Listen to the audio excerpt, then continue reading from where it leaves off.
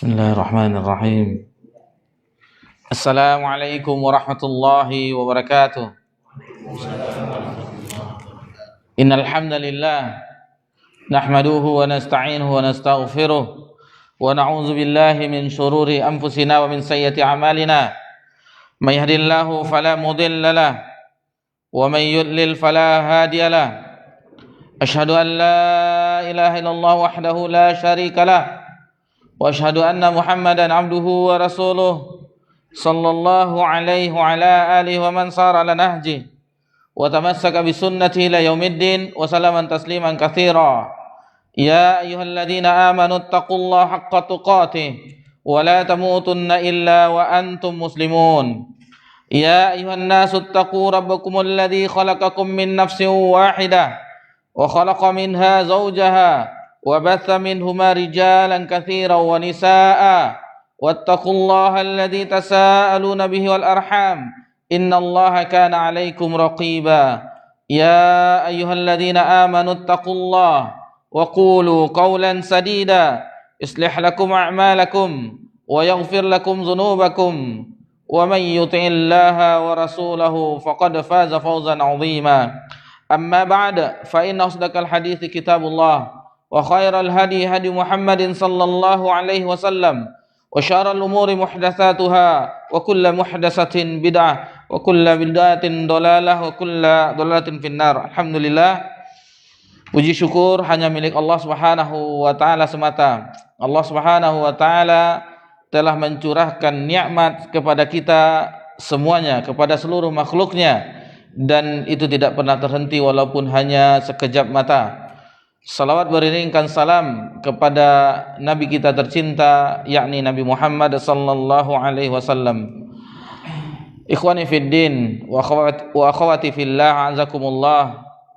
Alhamdulillah, kita telah memasuki bulan yang baru, yakni bulan yang keempat di kalender Hijriah, tanggal 2 Rabiul Akhir 1446 Hijriah, bertepatan tanggal 4 Oktober 2024 Masehi. Insyaallah di malam yang berbahagia ini kita kembali lagi memetik faedah dari salah satu buku karangan dari Ustadz kita, Ustadz Yazid bin Abdul Qadir Jawas rahimallahu taala, yang berjudul yaitu Mulia dengan Manhaj Salaf.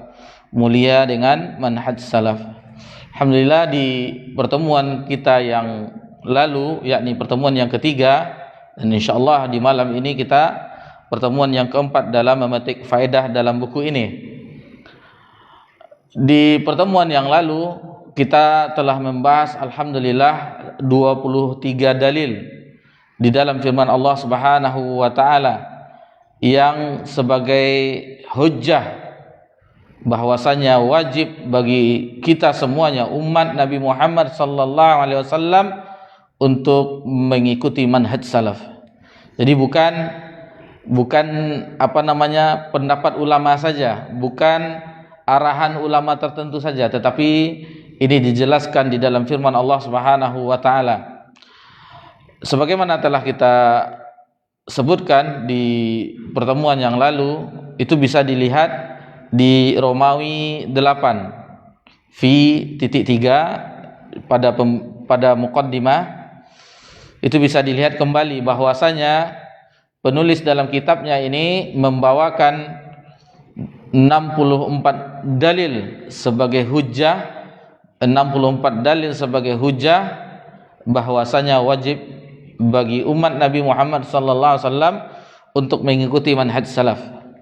23 dalil terdapat dalam firman Allah Subhanahu wa taala, dan walhamdulillah telah kita bahas di pembahasan sebelumnya. 22 dari sabda Nabi Muhammad sallallahu alaihi wasallam, 7 dari perkataan sahabat, dan 14 ucapan dan wasiat dari para imam-imam ulama terdahulu. Jadi ini bukan penisbatan ke manhaj salaf, bukan sesuatu yang baru yang diada-adakan. Jadi terkadang ada orang yang membantah ini adalah sesuatu hal yang baru, yang penamaan yang baru seperti ormas-ormas yang lain, kelompok-kelompok yang lain. Tidak.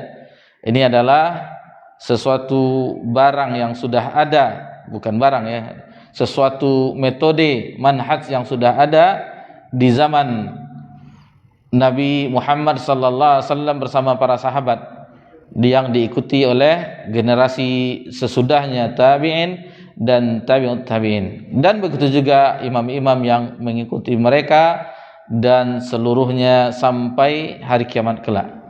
Jadi jangan sampai kita minder, merasa ini dan segala macamnya.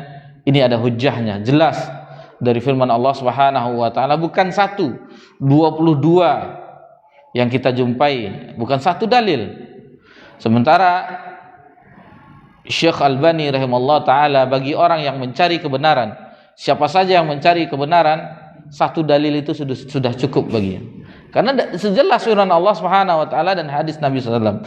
Dan di buku ini yang kita pelajari itu 22 dalil di dalam firman Allah Subhanahu wa taala. 23 dalil sabda Nabi sallallahu alaihi wasallam, 7 dari pendapat perkataan para sahabat, dan 14 perkataan ulama-ulama, imam-imam terdahulu. Ini bukan sesuatu yang lemah, sesuatu yang dianggap biasa-biasa, tetapi ini adalah hujjah yang jelas yang dikeluarkan dari firman Allah Subhanahu wa taala, hadis-hadis Nabi dan perkataan-perkataan ulama terdahulu. Alhamdulillah. Jadi pada 23 dalil di dalam firman Allah Subhanahu wa taala dalam kitabullah, alhamdulillah telah kita pelajari bersama-sama. Itu adalah nikmat dari Allah Subhanahu wa taala. Nikmat dari Allah Subhanahu wa taala. Mudah-mudahan yang 23 ayat yang kita pelajari itu menambahkan keimanan, ketakwaan kita, terutama semakin kokohnya kita berada di manhaj salaf. Baik. Ada satu kaidah yang juga kita temukan di buku ini, mungkin bapak-bapak, ibu-ibu rahimakumullah bisa dilihat di halaman 64. Di halaman 64 bisa dilihat di halaman 64. Ini merupakan kaidah, dan ini juga terdapat di dalam tafsir Ibnu Katsir, Al-Hafiz Ibnu Katsir membawakan kaidah ini, dan ulama-ulama yang lainnya.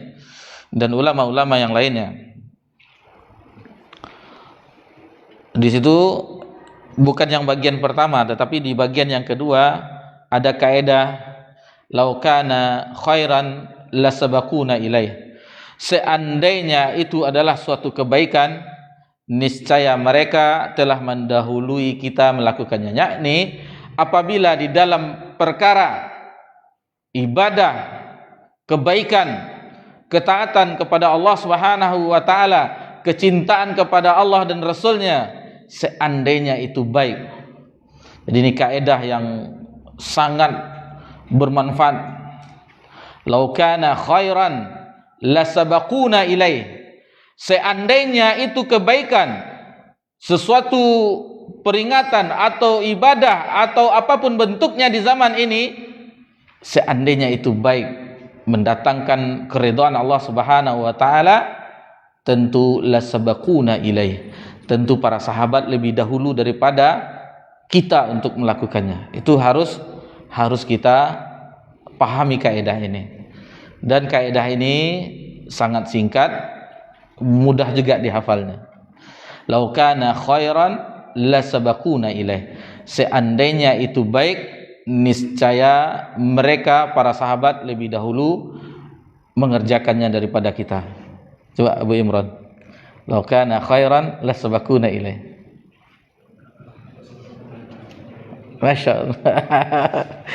Abu Imran pendek kan, tapi insya Allah kalau ada kawan katanya mana ini sesuatu peringatan ibadah, maka bisa kita pakai kaidah itu, kaidah yang bahwasanya para sahabat itu adalah orang yang tamak, orang yang terdepan, orang yang nomor 1 dalam kebaikan. Tidak mungkin mereka luput akan kebaikan atau ketaatan tersebut. Kemudian kaidah ini juga dijadikan sebuah judul buku dari salah seorang ustadz kita, Ustadz Abdul Hakim bin Amir Abdan. Itu ada bukunya yang menjelaskan tentang kaidah ini. Lau kana khairan lasabaquna ilaih. Taib. Itu sebagai muqaddimah kita untuk memasuki pembahasan kita selanjutnya, yakni di halaman 96. Kita di halaman 96. Insyaallah kita akan masuk ke dalam hadis-hadis Nabi sallallahu alaihi wasallam yang menjelaskan tentang bagaimana kita harus wajib, cara, metode, manhaj beragama kita sebagaimana generasi di zaman Nabi dan 2 generasi setelahnya. Taib. Yang ke-24 di halaman 96 diriwayatkan dari Ibnu Abbas radhiyallahu anhuma, ia berkata, Rasulullah sallallahu alaihi wasallam berkhutbah kepada jamaah haji ketika itu para sahabat. Dan ini adalah haji wada, haji yang terakhir. Haji ini terjadi pada tahun 10 Hijriah dan di tahun 11 Hijriah. Jadi Nabi SAW berangkat di akhir tanggal 25 Zulqa'dah. Baru setelah itu Nabi mulai berangkat dari Madinah, dan hadis yang sangat lengkap menukilkan tentang sifat haji Nabi SAW adalah hadis dari Jabir bin Abdullah radhiyallahu anhu, dan itu dinukilkan oleh Imam Muslim, terdapat dalam Imam Muslim dalam sahihnya. Jadi berlembar-lembar hadis yang paling panjang mulai dari berangkat dari Madinah, di mana Nabi berhenti, di mana Nabi miqatnya, sampai terjadi dalam perjalanan. Setelah itu ada Ummul Mukminin Aisyah radhiyallahu anha menangis karena beliau ketika itu haid, sehingga setelah itu ditemani oleh saudaranya Abdurrahman bin Abu Bakar untuk ke Tan'im agar melakukan umroh setelahnya. Hadis yang sangat panjang lengkap apa yang dibawakan oleh Jabir bin Abdullah yang terdapat dalam Sahih Muslim. Pada peristiwa haji wada ini beliau bersabda, Rasulullah SAW bersabda, ya ayuhan nas, wahai manusia, inni qad taraktu fikum, sungguh aku telah meninggalkan untuk kamu ma ini tasamtum bihi falan tadillu abada, yang selama kamu berpegang teguh dengannya maka tidak akan sesat selamanya. Ini pesan Nabi SAW, wasiat Nabi SAW kepada jamaah haji ketika itu para sahabat. Diwasiatkan agar berpegang dengan sesuatu perkara yang apabila berpegang teguh dengannya maka kata Nabi SAW, falan tadillu abada, tidak akan tersesat selama-lamanya. Apa itu? Kitabullah wa sunnata nabi, yaitu kitabullah dan sunnah nabinya. Itu dia 2 perkara yang apabila umat Nabi Muhammad sallallahu alaihi wasallam hingga akhir zaman, ketika Nabi mengucapkan ini sampai umatnya akhir zaman, apabila berpegang dengan wasiat Nabi SAW, berpegang dengan 2 perkara ini, kitabullah dan sunnahnya, maka falan tadillu abada, maka tidak akan sesat selama-lamanya. Hadis ini hasan, diriwayatkan oleh Imam Hakim dalam Mustadrak, begitu juga Imam Al-Baihaqi dan Ibnu Hazm di dalam Al-Ihkam. Baik. Pelajaran yang bisa kita petik dari hadis ini, bahwasanya hadis ini menunjukkan bagaimana kita berpegang dengan wahyu, dengan dalil, agar kita selamat di dunia dan juga selamat di akhirat. Itu pesan yang begitu sangat kita butuhkan, terutama kita berada di zaman ini. Kalau kita perhatikan kaum muslimin, itu tidak akan berani mereka mengatakan menyelisihi Al-Quran dan hadis. Itu tidak akan berani. Tidak akan lancang kaum muslimin mengatakan bahwasanya mereka menyelisihi Al-Quran dan hadis. Lisan-lisan kaum muslimin akan mengucapkan kami mengikuti Al-Quran dan Sunnah, kami mengikuti Al-Quran dan Sunnah. Itu semuanya. Akan tetapi di kenyataannya amalan yang mereka lakukan itu bisa diambil bahwa amalan itu apakah ada di dalam kitabullah dan sunnah. Jadi dalam ucapan tidak akan ada satupun umat dari Nabi Muhammad SAW yang lancang mengatakan saya menyelisih ini, karena konsekuensinya akan dikhawatirkan wal'iyadzubillah akan jatuh kepada kekufuran. Akan tetapi praktek amalannya itu yang nampak yang bisa diketahui bahwasanya sebagian kaum muslimin menyelisihi apa yang telah ditinggalkan oleh nabinya sallallahu alaihi wasallam. Baik, kita masuk ke poin yang ke-25. Diriwayatkan dari sahabat Al-Irbad bin Sariyah radhiyallahu anhu, ia berkata di hadis Irbad bin Sariyah, "Shalla bina Rasulullah sallallahu alaihi wasallam zata yaum." Suatu hari Rasulullah SAW pernah salat bersama kami. Thumma aqbala alaina, kemudian beliau menghadap kepada kami. Wa wa'azana mau'izatan balighatan zarafat minhal uyun wajilat minhal qulub. Jadi Nabi SAW ketika itu memberikan wasiat, memberikan nasihat, sebagaimana diungkapkan oleh sahabat yang meriwayatkan ini, yang membuat air mata keluar. Nasihat yang sangat membekas di dalam jiwa para sahabat, yang membuat hati mereka bergetar dan membuat air mata mereka keluar. Faqala qail, maka bertanyalah seseorang, ya Rasulullah, wahai Rasulullah, ka'anna hazihi mau'izatu muwaddi'i famaza ta'hadu ilaina. Faqal, wahai Rasulullah, seolah-olah ini adalah nasihat perpisahan, nasihat yang terakhir. Seolah-olah ini nasihat perpisahan, nasihat terakhir. Maka berilah kami nasihat. Lalu Nabi SAW bersabda, faqal usikum bitaqwallah. Nabi pertama kali menasihati yaitu bertakwa kepada Allah. Sebagaimana di khutbah Jumat, di pengajian kita tadi dimulai dengan wasiat takwa. Ya ayyuhallazina amanu taqullaha haqqa tuqatih wa la tamutunna illa wa antum muslimun. Nasihat takwa.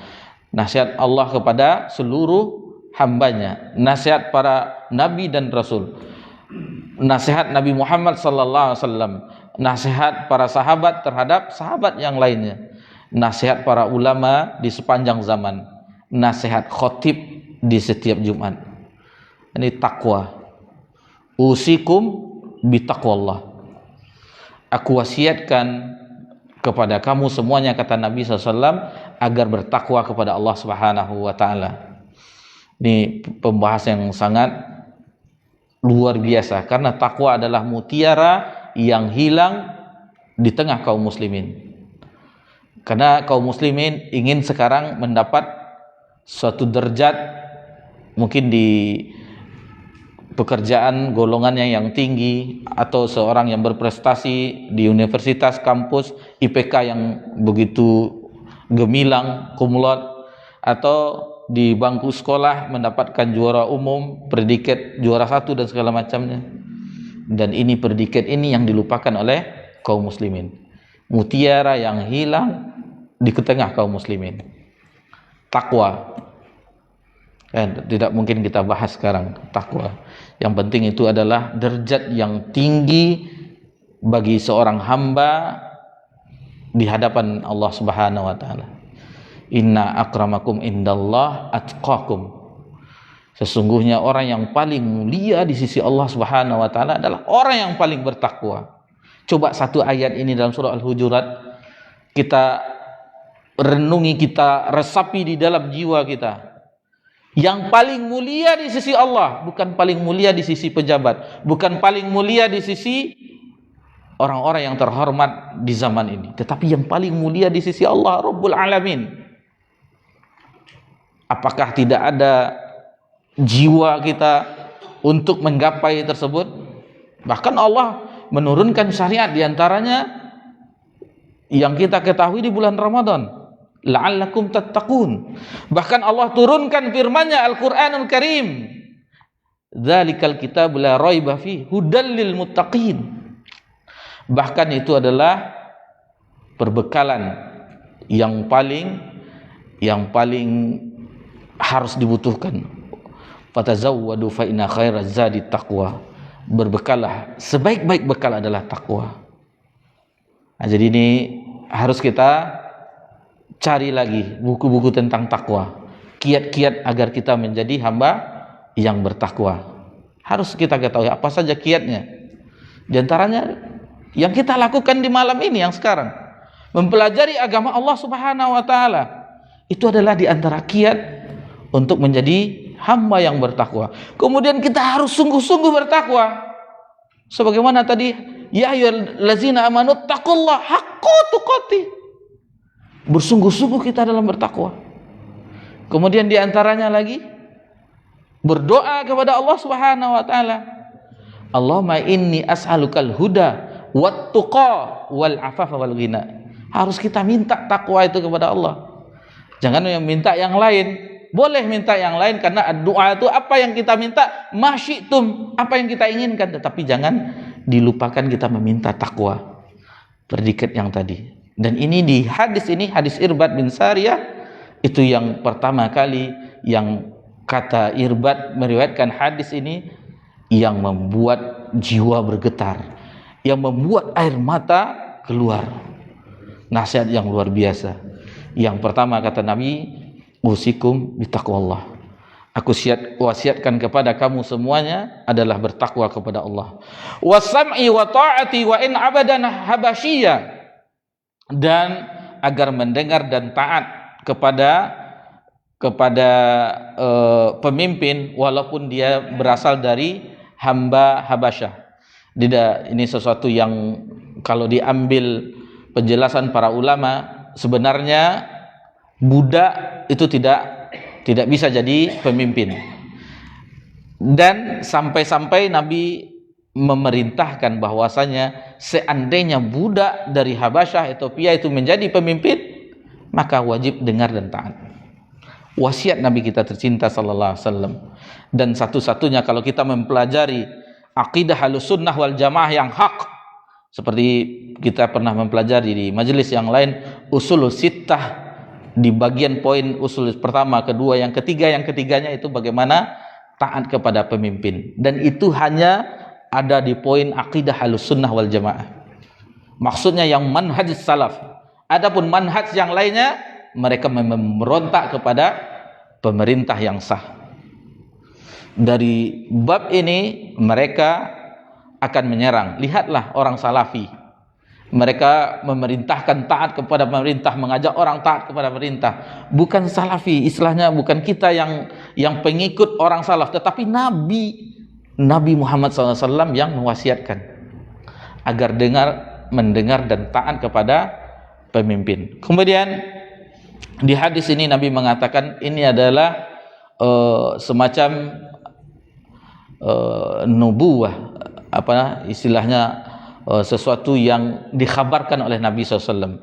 Di hadis ini, fa innahu may ya'shi minkum ba'di, apabila dan sesungguhnya apabila di antara kamu yang berumur panjang setelahku, orang yang hidup setelah Nabi yang berumur panjang, fasayara ikhtilafan katsira, maka akan dijumpainya perselisihan yang banyak. Dan sekarang betapa banyaknya perselisihan. Diingatkan bahwasanya ini salah, lalu membuat framing, lalu mengatakan begini-begini. Itulah sekarang orang lisan mereka manis untuk mengklarifikasi. Jadi kita yang telah mengetahui metode manhaj salaf, Kita tidak terfokus dengan ucapan, tetapi kita terfokus terhadap dalil yang disampaikan. Dalil yang disampaikan. Baik. Jadi salah satu kabar dari Nabi SAW bahwa umatnya, kabar nubuah dari Nabi akan berpecah. Jadi kalau ada orang mengatakan kenapa kita tidak bersatu saja, ini berarti Nabi berbohong 1400 tahun yang lalu. Berbohong Nabi. Wahai Nabi Muhammad SAW, ini hadisnya perlu diteliti, harus ditakhrij kembali siapa yang meriwayatkan. Otomatis akan ada peneliti hadis mengucapkan seperti itu. Akan tetapi kabar dari Nabi SAW bahwa umatnya akan terpecah, itu sunnatullah. Ada yang begini, ada yang begini, ada yang percaya dengan ini, macam-macam. Jadi tentang perpecahan itu bukan urusan kita. Urusan kita nanti di akhir hadis ini. Ada satu golongan kata Nabi yang akan selamat.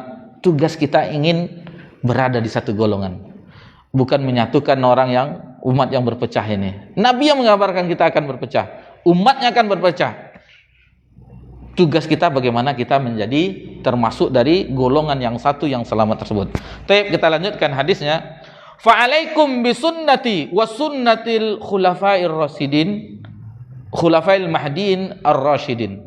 Jadi kata Nabi SAW, agar selamat dari perpecahan itu, kata Nabi, fa'alaikum bisunnati, hendaklah berpegang teguh dengan sunnahku. Dan ini kita, bapak-bapak, ibu-ibu, ikhwan wa akhwati fillah, ini sering mendengar hadisnya, tetapi kita ulang kembali agar kita menjadi kokoh kembali, agar menjadi kokoh. Ibarat HP yang lowbat, dicas kembali. Taib. Jadi kata Nabi SAW, agar selamat berpegang, agar terhindar dari perpecahan tadi, berpegang teguh dengan sunnahnya dan sunnah Khalifah Rasyidin yang setelah Nabi mendapat petunjuk. Kemudian kata Nabi SAW, tamassaku biha wa'addu alaiha binawajis. Pegang erat itu kata Nabi SAW. Bahkan Nabi mengatakan gigit dengan gigi, bukan gigi depan tapi gigi geraham. Saking harus seriusnya kita berpegang teguh dengan sunnah Nabi dan sunnah khulafar rasyidin. Lalu Nabi mengatakan wa iyyakum wa muhdatsatil umur. Nabi peringatkan, Nabi yang memperingatkan, bukan para ustadz yang memperingatkan berhati-hati dalam perihal yang baru terhadap agama, tetapi Nabi yang mengatakan, Nabi kita yang kita beriman terhadapnya, yang sebagian orang mengakui kalau cinta kepada Nabi memperingati hari lahirnya. Akan tetapi dengarkan, ketika ini kita sampaikan bahwasanya yang dituduhkan oleh saudara-saudari kita, inyo surang jo yang batuh, inyo lah mengkapling surga, inyo kunci surga di inyo tuh. Tuduhan-tuduhan yang seperti ini. Tetapi apalah gunanya tujuan jika kita tidak mengharapkan celaan, tidak peduli dengan celaan, tidak mengharapkan pujian manusia, tetapi yang kita inginkan ridha Allah Subhanahu wa taala. Itulah yang telah dijalani oleh Nabi SAW. Apapun yang terjadi dalam kehidupannya, kalau kita lihat bagaimana Nabi dalam mendakwahkan ini, sangat berat rintangan Nabi SAW. Begitu juga para sahabat, sangat berat mereka. Dan yang terakhir, puncak dari kelakuan intimidasi dari orang Quraisy, kafir Quraisy, yaitu ingin membunuh Nabi. Maka turunlah malaikat yang mengizinkan Nabi untuk hijrah ke Madinah. Ini sesuatu bagaimana beratnya perjuangan di dalam dakwah ini. Dan kita alhamdulillah semuanya dimudahkan. Tidak berat sebagaimana mereka mengemban dakwah ini, mudah. Yang satu saja yang harus kita kalahkan di dalam diri kita agar kita mendapatkan banyak-banyak dari kebaikan di zaman ini. Satu yang harus kita hilangkan dari diri kita, yaitu malas. Malas. Zaman sekarang malas. Mereka mengatakan orang-orang yang hadir di majelis ilmu itu orang-orang yang tidak sesibuk mereka. Memang menggalih itu tidak sibuk dari pagi sampai matahari terbit sampai matahari terbenam. Emang orang yang misalnya ada yang lain itu orang kantoran yang lainnya itu tidak sibuk juga. Memangnya jadi guru di sekolah itu tidak sibuk. Semuanya orang memiliki kesibukan. Cuman alhamdulillah Allah pilih dari hamba-hambanya untuk dimudahkan hadir di taman-taman surga dunia. Dan kita berharap juga bisa berkumpul di taman-taman surga di akhirat. Tujuan kita di sini, kita ulang lagi, kita luruskan niat kita. Tanya, mangga tiap hari mengaji jo misal. Ingat, kita sampaikan hadis Nabi yang biasa kita ketahui. Nabi mengatakan, man salaka tariqan yaltamisu fihim ilman sahalallahu lahu bihi tariqan ilal jannah. Barang siapa yang keluar dalam rangka menuntut ilmu, mempelajari agama Allah, maka Allah mudahkan jalannya menuju surga. Ambo niu masuk surga. Ambo niu masuk surga. Ambo hadir di situ majelis ilmu, ambo niu masuk surga. Balik ambo dari situ lapang dadu ambo. Ado ilmu yang asupan dari jiwa yang itu sangat melapangkan dada. Lazan, Pak. Kita azan dulu, insyaallah akan kita lanjutkan hadis dari Irbad ini. Tafadhol.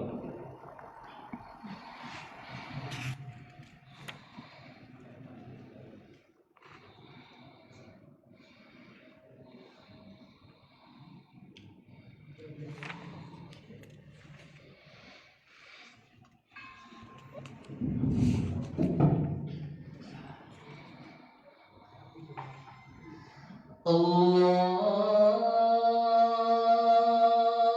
Akbar, Allahu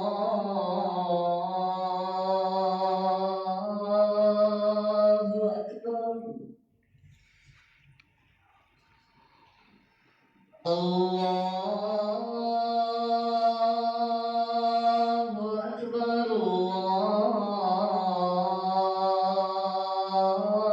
Allahu Akbar.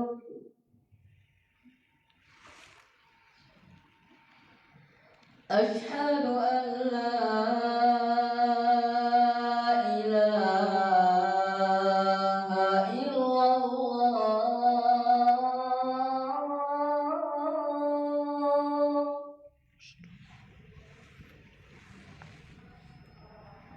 Asyhadu an la ilaha illallah.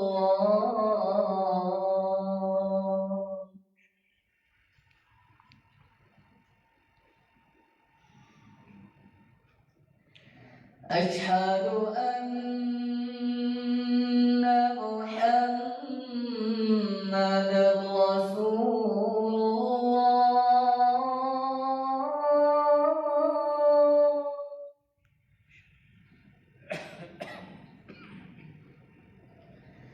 Asyhadu anna Muhammadar Rasulullah.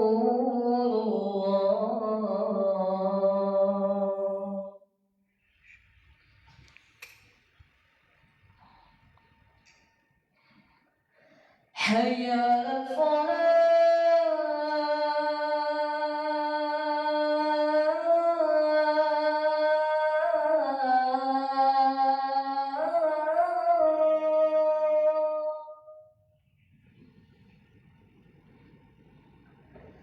Hayya 'alal falah.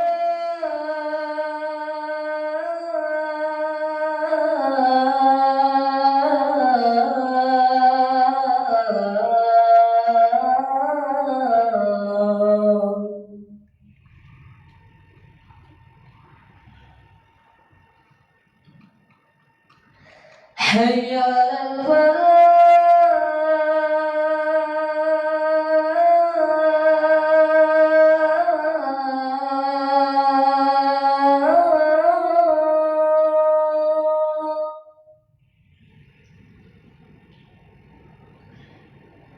Hayya 'alal falah.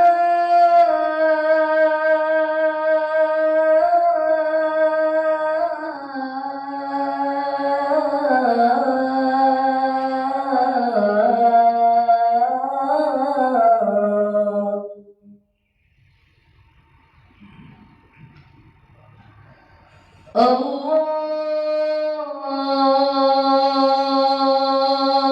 Akbar.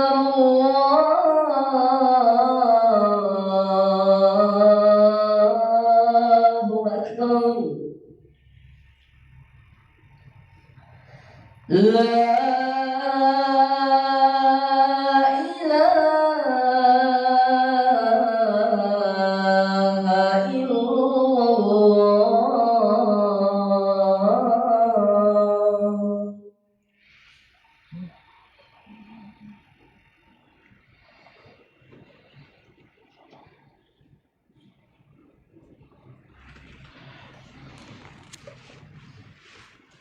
Alhamdulillah Rabbil Alamin.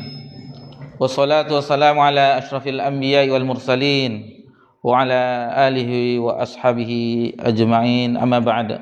Tadi kita terhenti di bagian akhir wa iyyakum wa muhdatsatil umur. Jauhilah oleh kamu semuanya, kalian, kata Nabi SAW, perkara yang baru. Lalu Nabi mengatakan apa itu perkara yang baru? Dilanjutannya, fa inna kulla muhdatsatin bid'ah wa kulla bid'atin dolalah. Di riwayat lain ada wa kulla dolalatin finnar, yang dinukilkan oleh muallif sampai wa kulla bid'atin dolalah. Ancaman dari Nabi sallallahu alaihi wasallam dengan adanya ancaman neraka agar umatnya tidak membuat perihal yang baru, perkara yang baru di dalam agama ini. Tapi begitulah yang sama-sama kita ketahui, dan ini ada di riwayat menjelaskan bahwasanya umat ini, manusia ini bersalah, sebagaimana Nabi Adam juga bersalah. Nabi Adam juga bersalah, maka diikuti oleh anak cucunya juga bersalah. Bahkan ulama menjelaskan Nabi Adam ketika itu dilarang mendekati pohon ini, hanya satu pohon itu. Akan tetapi karena dirayu oleh iblis, akhirnya terjadilah apa yang terjadi, diusirlah Adam dan istrinya dari surga. Ulama menjelaskan, seandainya ada di permukaan bumi ini berapa luasnya bumi ini, ada satu sebesar atau sekecil seukuran telapak kaki, dilarang di dalam agama jangan diinjakkan telapak kaki ini di tanah yang seukuran telapak kaki ini. Anak cucu Adam itu akan berusaha menginjaknya. Paham maksudnya?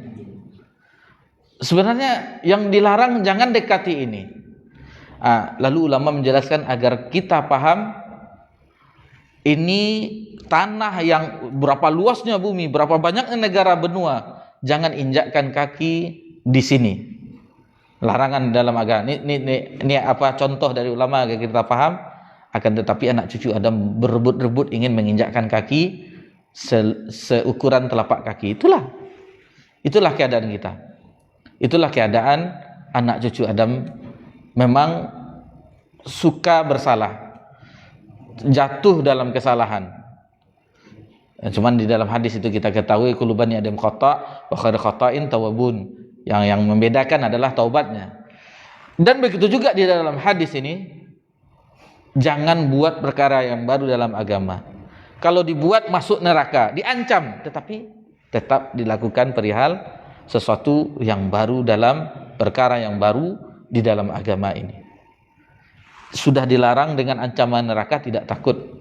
Apalagi seandainya ada suruhan, karena buatlah, berinovasi dalam agama ini. Mungkinlah macam-macam ibadah mungkin. Sedangkan dilarang saja masih banyak kita jumpai yang menyelisihi bagaimana Nabi sallallahu alaihi wasallam dalam mendekatkan diri kepada Allah Subhanahu wa taala.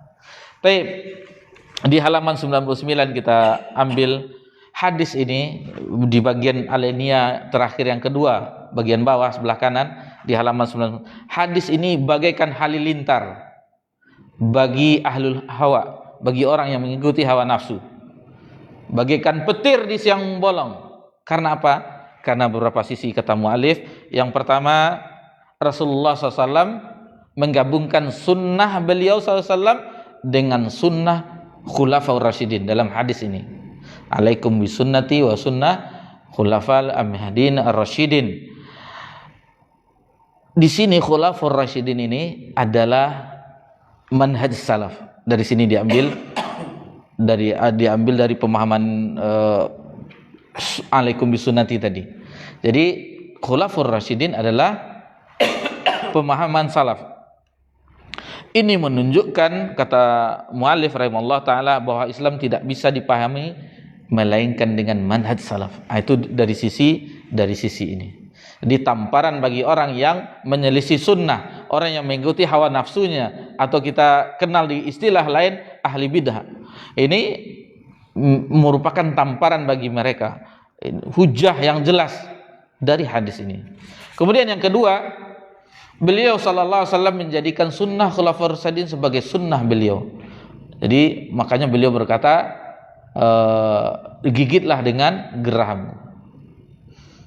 Jadi disamakan oleh Nabi SAW sunnah beliau dengan sunnah Khulafaur Rasyidin sahabat. Jadi beliau tidak bersabda gigitlah keduanya dengan gigi raham, tapi gigitlah ia dengan.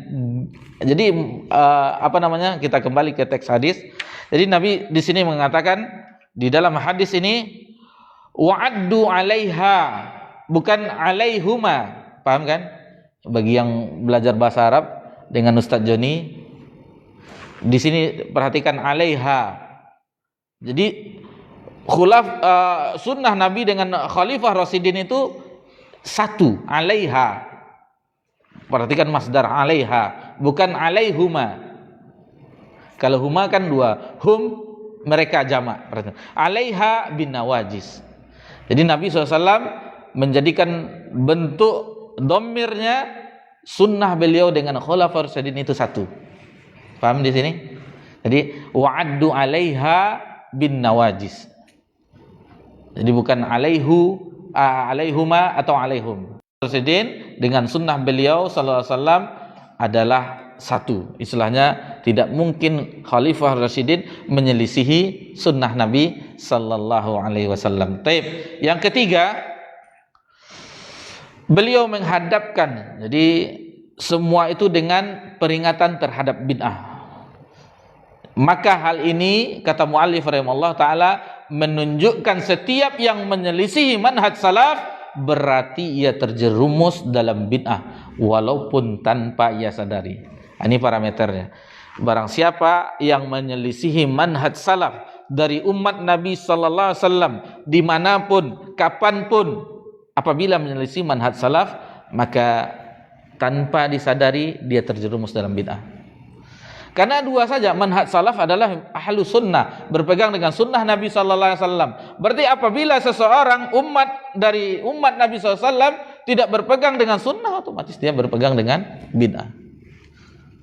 Taib. Yang keempat,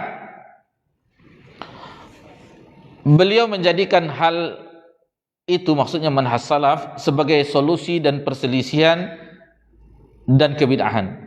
Barang siapa berpegang teguh kepada sunnah Rasulullah SAW dan sunnah Khulafaur Rasyidin, maka ia termasuk dalam golongan yang selamat di hari kiamat kelak. Yang kelima, beliau SAW tidak memasukkan sunnah beliau dan sunnah Khulafaur Rasyidin ke dalam perselisihan yang banyak itu. Jadi yang tidak berselisih yang banyak itu adalah sunnah Nabi SAW dan sunnah Khulafaur Rasyidin. Hal ini menunjukkan, kata mu'alif, bahwa kedua sunnah itu berasal dari Allah Subhanahu wa ta'ala. Ini nanti bisa dilihat di dalam surah An-Nisa, walau kana min indi ghairillah lawajaduhu fihi ikhtilafan katsira. Seandainya itu tidak dari sisi Allah, maka akan dijumpai perselisihan yang banyak. Coba kalau sesuatu pemahaman sekarang, pendapat apapun bentuknya, ibadah dalam agama ini, kalau tidak kembali kepada Al-Quran dan Sunnah, maka lihatlah, ini dengan ini berbeda, ini dengan ini cara pandangnya berbeda, ibadah ini dengan ibadah ini berbeda. Tapi coba mereka kembalikan ke sunnah Nabi SAW dan Khulafaur Rasyidin, maka sama semuanya, akan sama semuanya. Taib.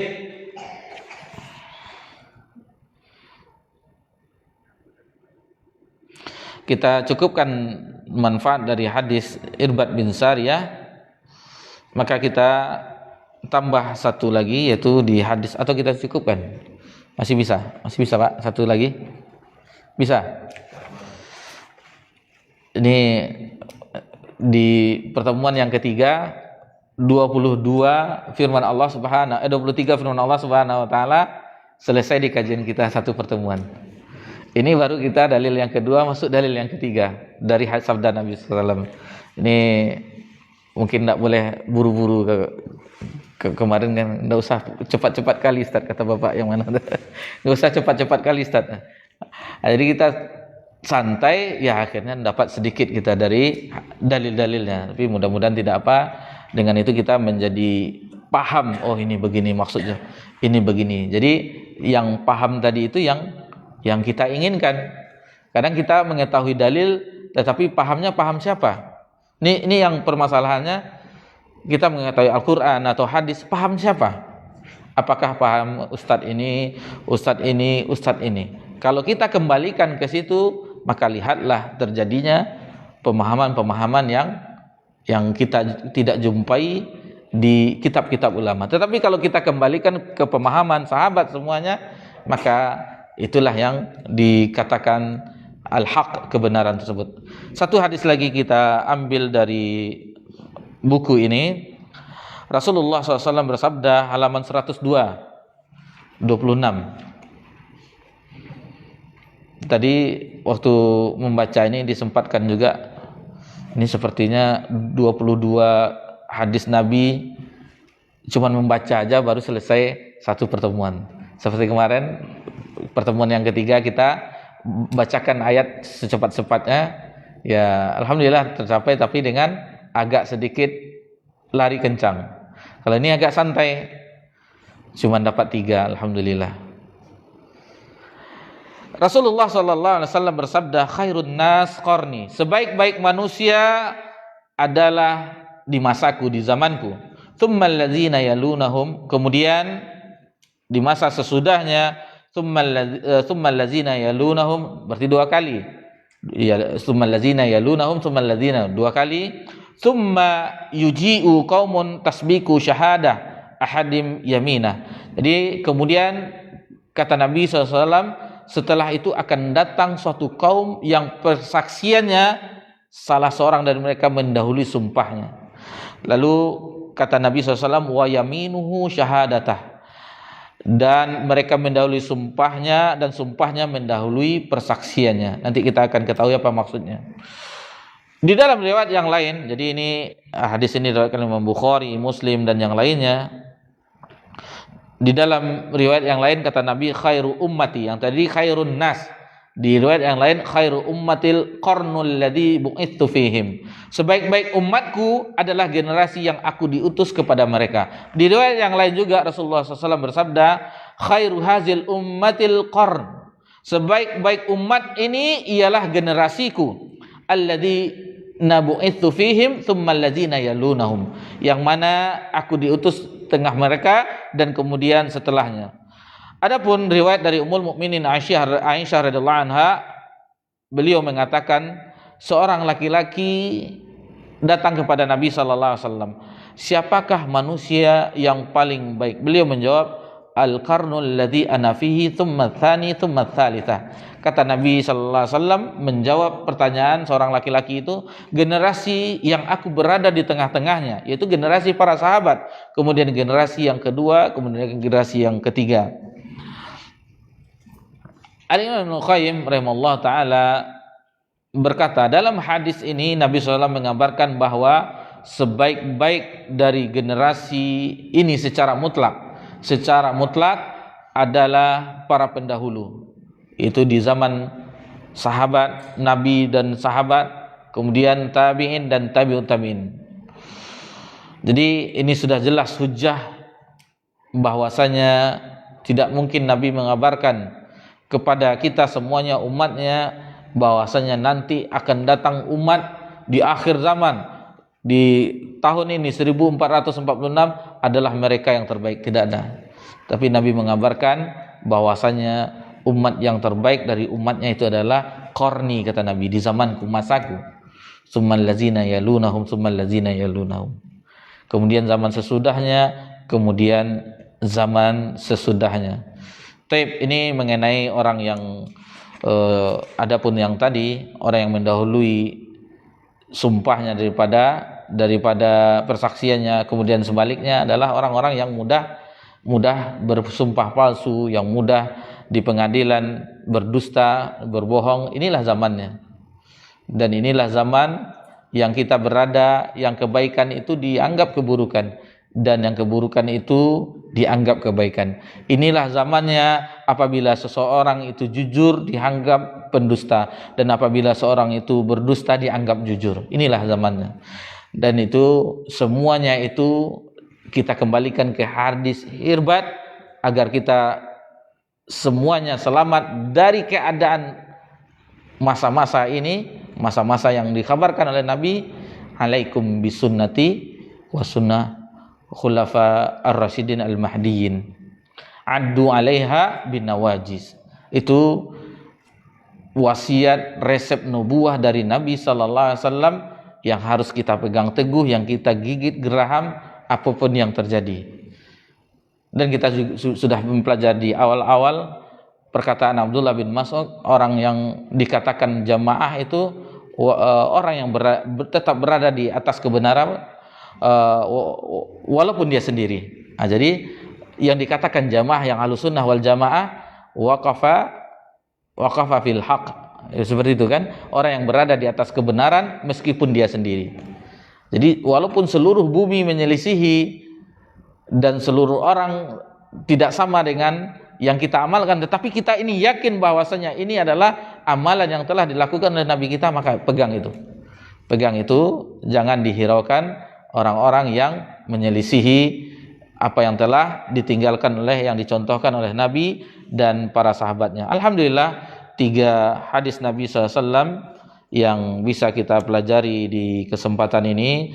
Mudah-mudahan yang 3 itu menjadi hujjah bagi kita pribadi tentunya, agar kita tidak ragu lagi dengan kebenaran metode manhaj salaf di dalam agama ini. Dan memang manhaj salaf adalah manhaj yang wajib diikuti umat ini agar tidak menyelisihi apa yang telah ditinggalkan oleh Nabi kita tercinta sallallahu alaihi wasallam. Sebenarnya ini seandainya kita terus telusuri bagaimana rentetannya, nanti entah apa di sini ada di hadis-hadis yang terakhir itu pernah kita pelajari di pelajaran di Aqidah At-Tahawiyah, bagaimana Nabi SAW menunggu umatnya di haudnya, di telaganya. Orang yang bisa meminum air tersebut, yang mana disebutkan di dalam hadis, airnya telaga Nabi itu lebih putih daripada susu dan lebih dingin daripada salju, dan jika diminum maka menghilangkan dahaga selamanya. Dan Nabi kita tercinta menunggu kita di situ, di telaga beliau. Dan sebagian dari umatnya terusir. Yang terusir adalah yang pertama orang yang murtad, keluar dari agama Islam, wal'iyazubillah. Yang kedua orang yang menyelisihi sunnah Nabi sallallahu alaihi wasallam, wal'iyazubillah. Alangkah terhinanya orang yang menjadi umat Nabi SAW akan tetapi terusir dari haud telaga beliau sallallahu alaihi wasallam. Baik, sampai di situ dulu pembahasan kita. Insyaallah pembahasan tentang dalil-dalil dalam sunnah Nabi SAW akan kita lanjutkan di bulan Jumadil Awal insyaallah. Sebenarnya ini Jumat pertama, ini baru yang pertama. Jadwal kita biasanya Jumat yang ketiga. Alhamdulillah dihubungi oleh panitia untuk kajian buku ini, memetik faedah dari buku manhaj mulia dengan manhaj salaf, itu ditambah. Walhamdulillah. Jadi kita insyaallah di pekan ganjil Jumat pertama dan Jumat ketiga membawa ini, jangan lupa dibawa. Jadi untuk apa disimpan di lemari, kalau dibaca alhamdulillah kan. Tapi takutnya itu tadi pajangan, tengok tuh banyak kitabnya. Ada kita membahas juga buku Ustadz Yazid di tempat yang lain, yaitu Syarah Aqidah Ahlussunnah wal Jamaah. Menjelang kajian senang, bahagia hati itu, karena bapak-bapak itu membawa tas. Jadi seperti belajar sekolah jadi. Di dalamnya buku Syarah Aqidah Ahlussunnah wal Jamaah. Jadi tidak apa-apa seperti anak sekolah juga kita ke Masjid Ubay bawa buku. Janganlah biasakan ngaji nguping itu. Ngaji nguping kan, enggak kecil Ustaz. Kadang ada di satu masjid kita yang tidak pakai jangan katakan masjidnya lah. Alhamdulillah di kajian-kajian kita membahas matan, ada matannya. Alhamdulillah di tangan-tangan jamaah ada di matan, misalnya matan Kasyfus Syubuhat, matan Ushulus Salasah, Hadis Arba'in, ada di tangan-tangan yang hadir. Alhamdulillah. Ada suatu masjid itu yang tidak ada sama sekali. Khawatir kita, cemas mengisi di situ. Karena biasanya yang langsung mendengar hafal itu sekelas Imam Syafi'i, Imam Bukhari. Ini salah masuk kita nih. Takut kita jadinya karena. Jadi kalau kita sama-sama megang buku, sama-sama belajar, itulah yang ya kita metode ilmiah. Bagaimana ini kita ambil di sini, kita ambil di sini. Tapi mudah-mudahan walaupun ini berbahasa Indonesia, sebagaimana di awal kita ulang kembali, kita tegaskan kenapa membahas kitab bahasa Indonesia, kan masih banyak ulama-ulama terdahulu. Yang pertama harus kita yakini kita lemah dalam berbahasa Arab. Nanti ustadznya berbahasa Arab, ustadznya aja yang ditangkap otomatis yang bahasa Indonesia. Itu yang pertama. Yang kedua, walhamdulillah setelah kita lihat bagaimana metode penulis, beliau menukilkan dari kitab mana, dan ini merangkum beberapa kitab ulama. Beliau ambil dari ini, beliau ambil dari ini, beliau ambil dari ini, lalu beliau letakkan di kitab-kitab ini. Seolah-olah kita membaca puluhan kitab, walaupun hanya satu alinea dinukilkan dari kitab-kitab ulama yang lain, tapi alhamdulillah kita membaca kitab-kitab para ulama. Nanti kan bapak-bapak bisa lihat ada footnote-nya. Dari situlah beliau menukilkan. Jadi bukan kitab ini bukan dari kantong mualif, dari kantongnya diambilnya, atau dari isi perutnya ditulisnya di sini, enggak. Jadi beliau mengambil dari referensi kitab-kitab ulama, lalu beliau nukilkan di sini. Alhamdulillah. Ini sebagai tuduhan juga kalau di media sosial orang mengatakan apa ini. Beliau belum melihat bagaimana metode penulis di dalam menyusun buah karyanya ini. Dan kita juga berharap kita mendapatkan faedah dari tulisan ini, kita lebih kokoh dengan manhaj ini, dan kita mengetahui dalil-dalilnya, penerapannya.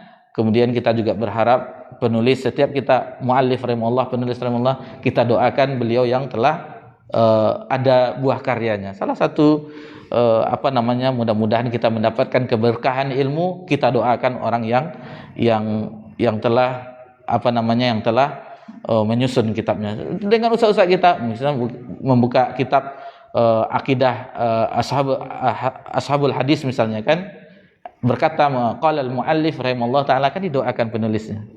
Itu keberkahan. Alhamdulillah. Baik. Mohon maaf jika adanya kesalahan di dalam penyampaian, hanya kepada Allah Subhanahu wa taala kita memohon ampun. Subhanakallahumma bika asyhadu an la anta astaghfiruka wa atubu ilaik. Wassalamu ala nabi Muhammad sallallahu alaihi wasallam wa ala alihi washabbihi ajmain walhamdulillahi rabbil alamin. Wassalamualaikum warahmatullahi wabarakatuh.